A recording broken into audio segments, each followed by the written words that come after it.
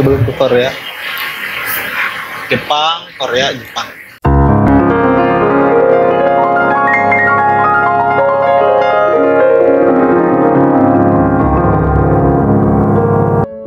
Selamat datang di Rumbia, Rumah Biologi Indonesia.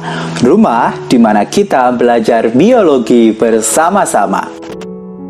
Teman-teman Rumah Biologi Indonesia, hari ini kita kedatangan tamu agak jauh dari pulau seberangnya lagi dari Bali. Selamat pagi, Bli Inyoman Sumarta. Selamat pagi, Mas. Gimana kabarnya, Bli? Ya, sehat-sehat. Tabanan aman, Tabanan? Makin gendut aja. Jadi ini sudah berapa lama nih di rumah, Bli? Hampir 3 bulan, 2,5 bulan lah. 2,5 bulan. Oke, teman-teman Rumah Biologi Indonesia, saya coba sedikit kenalkan tamu kita hari ini, Bli Inyoman Sumarta. Gelarnya SPD MSc ya, Bli ya? Oh iya. Ya, beliau adalah salah satu peneliti di LIPI Cibinong. Ngomong-ngomong, sebagai peneliti yang sudah hampir 3 bulan di rumah, kangen nge-lab nggak, Bli?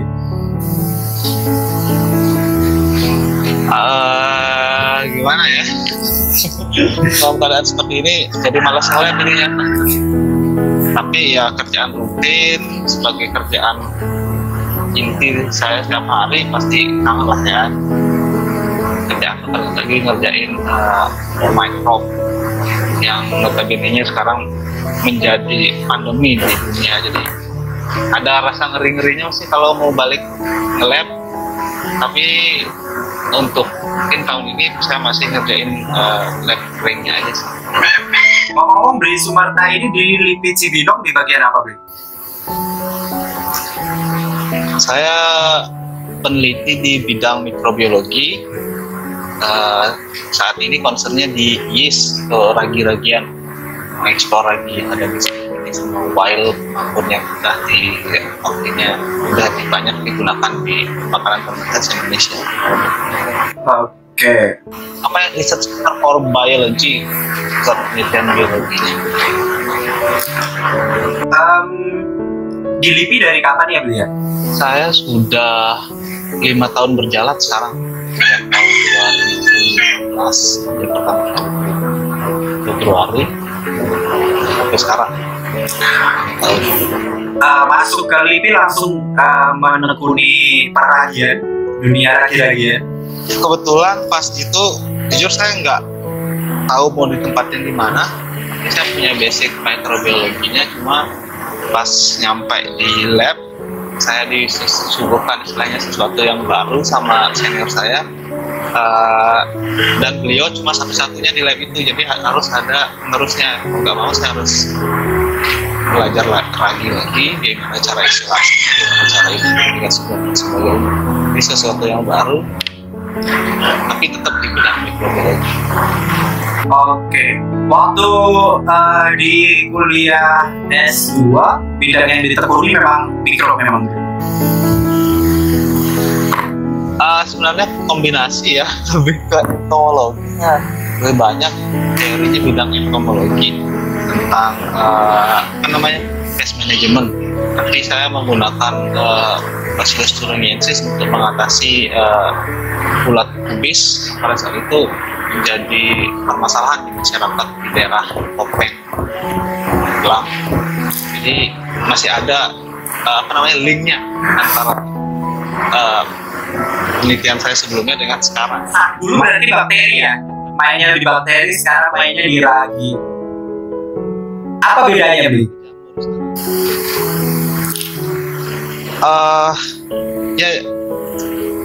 Dia kalau ragi itu dia eukaryotik, kalau bakteri kan prokaryotik. Itu aja perbedaan pertamanya. Cara isolasi relatif lebih gampang, dan sedikit untuk membedakan kalau misalnya bakteri sama ragi kalau sudah tumbuh itu beda banget. bisa gampang banget kalau misalnya kita isolasi dan tubuh itu baunya akan enak kayak bau kue-kue gitu. Kalau bakteri yang kuat dia akan lebih busuk. Jadi secara simpelnya untuk mengidentifikasi antara ragi sama bakteri. Oh gitu ya, jadi sekarang mainannya lebih enak ya Bi ya. Lebih sedap aromanya ya. Lebih wangi. Oke, dulu S2 di UGM ya Bi ya. Ada alasan gak Bi kenapa dulu milih S2 biologi di UGM? Kan secara dari S1-nya dari Pulau Dewata gitu kan ya. Iya, sebenarnya saya tuh misalnya pengen sekolah lagi, pengen jadi dosen sih dulu cita-citanya. Mau sekolah di mana saya juga nggak punya gambaran. Kebetulan teman saya tuh namanya Dayu, dia yang ikut sekolah duluan dan ngajakin juga. Dan saya karena punya cita-cita seperti dia, saya aminin gitu. Tapi saya harus nunggu 1 tahun lagi karena saya harus ngumpulin duit dulu, nggak pakai beasiswa sih pada saat itu. Jadi, wah UGM ini kan ya kita tahu lah reputasinya kayak gimana, jadi saya harus bisa ikut teman saya, ada temannya, jadi ada yang bisa saya ajak sharing di sana gitu. Itu aja sih sebenarnya, nggak ada passion khusus. Awalnya pengen jadi dosen ya Bi, terus kok berubah haluan jadi peneliti, kenapa Bi? Nah, itu terjadi pada saat saya mengerjakan tesis. Nah, saya berkutat dengan penelitian di sana selama 8 bulan. Ternyata enak juga ya melakukan penelitian, kita nunggu sesuatu yang baru yang kita bisa berikan, tidak hanya sebagai untuk science to science, bisa ke science people juga gitu. Jadi pas selama kuliah itu saya udah bercabang gitu, mau jadi peneliti, mau jadi dosen, jadi punya dua pilihan. Jadi saya ngejarnya awalnya fokus ke dosen dulu setelah tamat, nggak dapat, ya saya coba tadi peneliti ya dapat, akhirnya ya udah kan nikmatin tuh. Berarti memang takdirnya ke sana ya. Biasa. Saya dapat bocoran dulu di Sumerta ini saat kuliah di S2 itu lulusan tercepat. Ya benar ya Bi ya? Iya, di web biologinya bilangnya kayak gitu sih, tapi nggak tahu sih sebenarnya, entah Pak Ugi dekan kita sekarang bilangnya seperti itu. Ya syukur aja sih, saya mendahului teman-teman yang lain. Gak enak saya sebenarnya, gak sempat mencari pelamar. Ada rahasia khusus ya? Apa ya?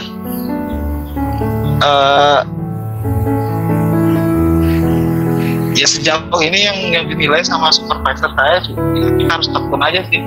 Kadang-kadang ya gimana ya? Karena saya dari awalnya udah punya passion, saya harus tamat kurang dari 2 tahun. Itu yang harus saya kejar juga, karena saya nggak pakai beasiswa, saya tahu keadaan orang tua saya di rumah. Jadi ya kadang-kadang ya selama saya menekuni riset itu selama 8 bulan, ya kadang naik kadang turun hasilnya, dan sering juga saya meninggalkan grup saya tuh, grup bulu tangkis, tinggalin itu semuanya, organisasinya saya tinggalin semua karena saya fokus di situ, karena pengen cepat selesai, kemudian nulis tesisnya juga. Kadang profesornya sampai bingung dia. Sekarang misalnya dikasih revisian sama dosennya, 3 hari ke depannya saya udah kasih balik lagi, jadi prosesnya cepet kayak itu, saya kejar, akhirnya alhamdulillah bisa selesai.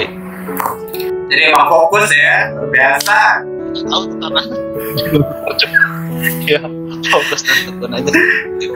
Oke, tipsnya adalah fokus dan tekun. Berarti teman-teman di Rumah Biologi Indonesia bisa nih meniru beliau. Berarti rekor lulusan S2 tercepat di UGM. Ngeri kan ya. Tipsnya hanya 2, tekun dan fokus. S1-nya adalah bidangnya biologi pendidikan, kemudian lanjut ke S2-nya biologi murni. Kenapa kok nggak milih biologi pendidikan?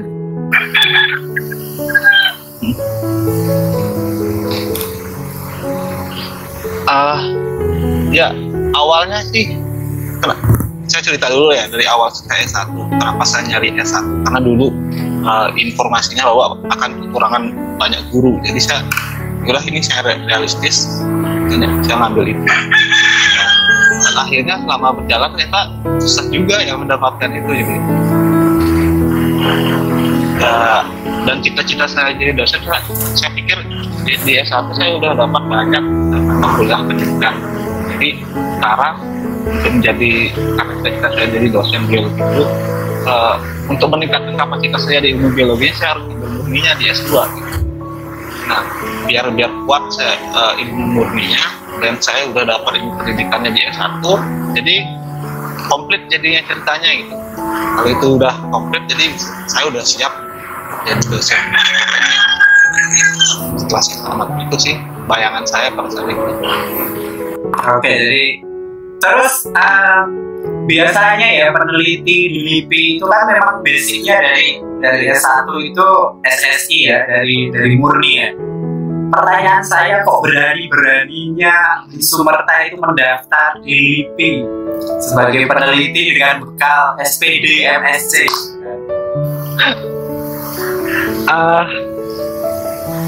Gimana ya? Untuk S1 sebenarnya saya riset skripsinya itu adalah biologi murni, bukan pendidikan, bukan penelitian datang kelas atau gimana. Jadi masih dilihatnya di situnya juga. Kemudian yang menjadi paling besar pertimbangan pada saat proses seleksi itu adalah ijazah masternya. Kalau ijazah masternya kualifikasinya ada, kebetulan yang diminta itu biosistematika dulu.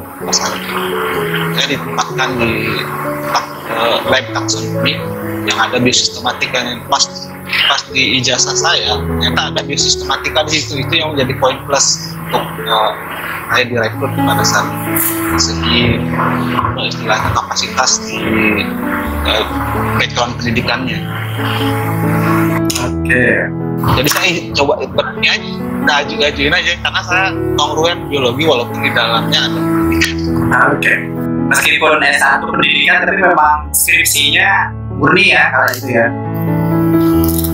Iya, karena formasinya juga yang dibutuhkan S2, jadi S2-nya yang menjadi prioritas dengan tersebut. Oke, siap.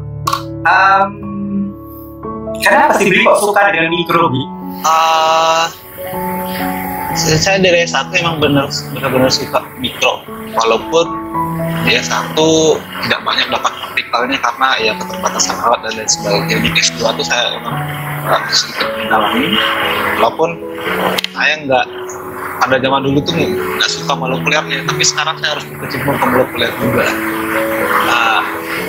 Karena mikro tuh kalau misalnya kita melakukan treatment, hasilnya ya udah pasti dapat cepat, nggak perlu lama-lama gitu.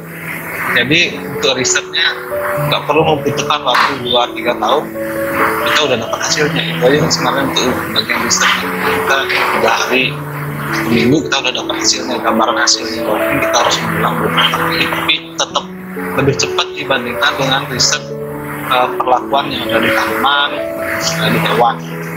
Bayangan saya seperti itu, jadi saya terus tertarik. Kayaknya pernah ke Korea Selatan gitu ya. Oh iya, itu jalan-jalan, bukan jalan-jalan sih ya, kita training tahun 2017.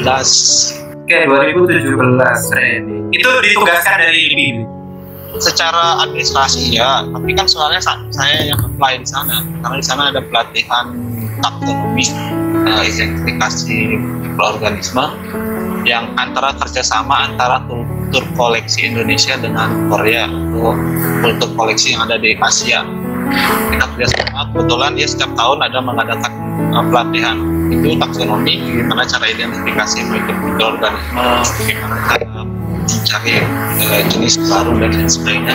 Itu saya apply dan saya diterima selama di sana bersama teman-teman dari Malaysia, Filipina, Vietnam, Mongolia, sama Thailand. Jadi saya punya teman di Asia Tenggara ya. Oke. Apa ceritanya, Bi? Bedanya lab di Indonesia dengan di Korea Selatan misalnya? Kalau saya bandingkan dengan di LIPI, sebenarnya kita nggak jauh beda ya. Cuma apa ya? dia lebih terencana aja, terstruktur dan sistematis. Kalau kita kan misalnya punya A, B, C, E, kita D-nya nggak punya gitu, nggak sistematis, kurang tersistematis gitu. Dan cara juga produktivitasnya tinggi walaupun tidak terlalu menggunakan alat-alat yang canggih, tapi dia bisa memaksimalkan alat itu dan menghasilkan produk yang bagus. Kita kurangnya dari segi perencanaannya, saya kira kurang. Sistemnya masih kita terkotak-kotak, nggak bisa saling menyatu. Kita akan mendapatkan hasil yang bagus. Kalau dari segi fasilitas, saya kira kalau saya bandingkan LIPI dengan di sana, kadang-kadang kita memiliki alat yang lebih advance ya. Ya. Sama SDR-nya mereka ya jago juga. Oke. Rencana ke depan setelah ini, Bli? Yang jelas setelah WFH selesai, balik lagi ke kantor ya, Bli ya? Setelah ke kantor misalnya, Bli? Ya, jelas pasti balik ke kantor ngurus administrasi dan lain sebagainya. Saya rencananya mau studi lanjut.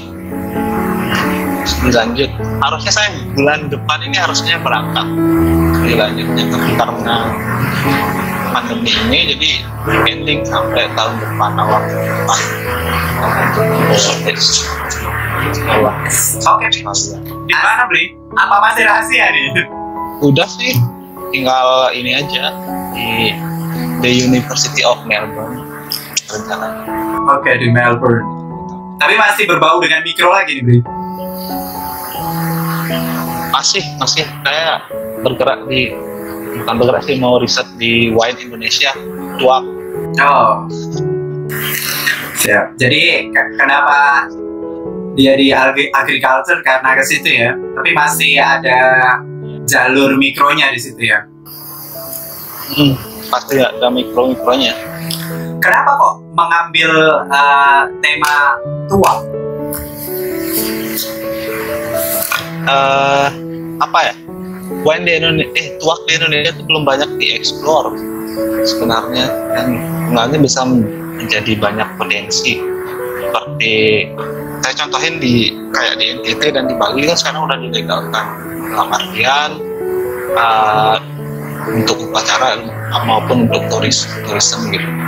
Nah, kedepannya juga kita bisa jadikan model wine di Indonesia itu untuk membentuk bioethanol.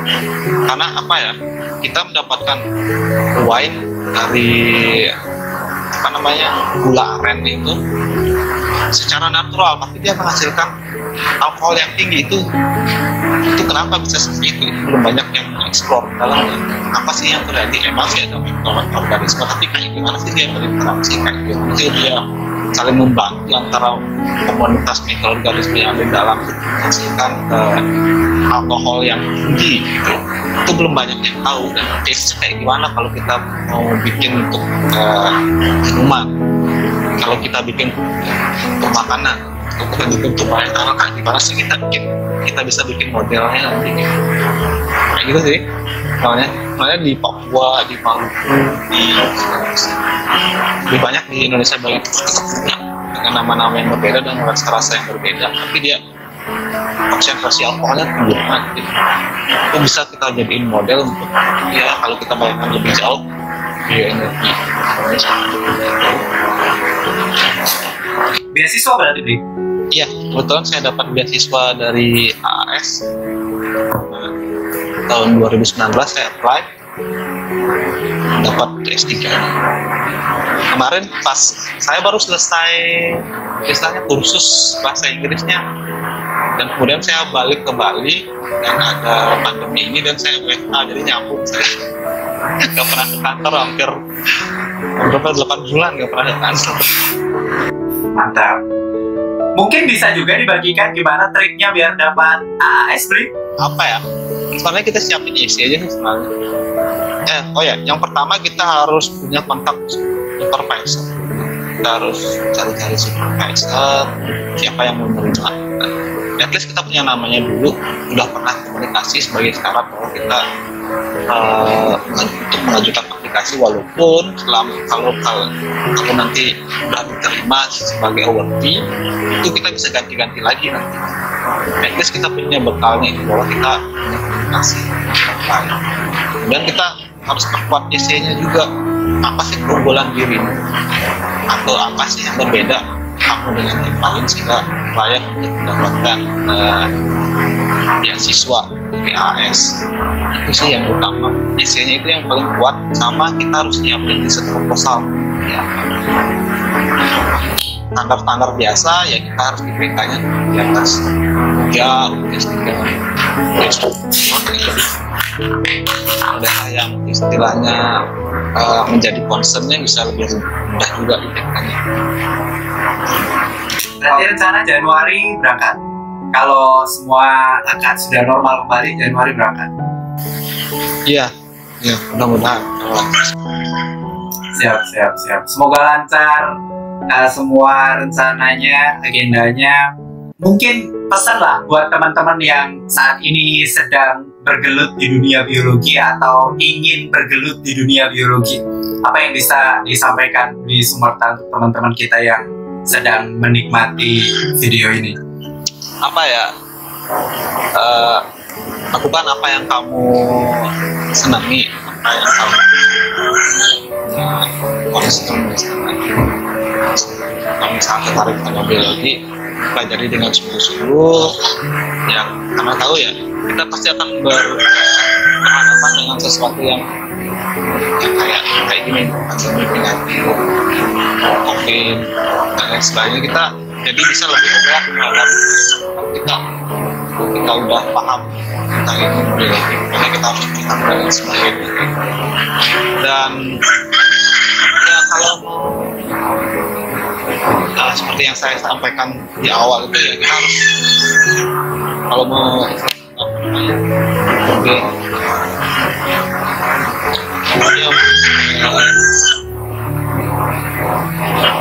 lebih bermanfaat atau lebih sukses di bidang biologi ini ya, pelajari benar apa yang kalian suka. Rumah Biologi Indonesia mungkin ada pesan, Ri? Ya, sering-sering bikin kayak sharing-sharing ilmu pengetahuan di berbagai bidang mikrobiologi ya.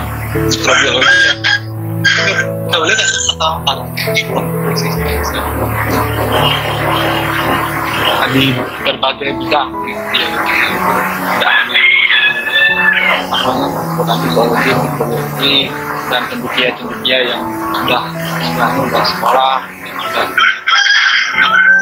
jadi kita bisa mempelajari kiat-kiat mereka untuk bisa sukses, bisa berkontribusi bagi bangsa kita.